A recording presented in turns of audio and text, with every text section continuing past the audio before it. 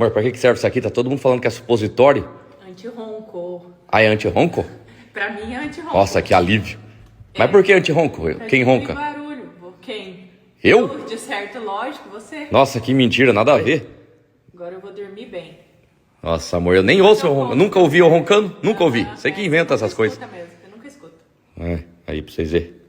Anti-ronco esse negócio aqui. E o povo tudo falando que é supositório. O povo é maldoso mesmo, hein?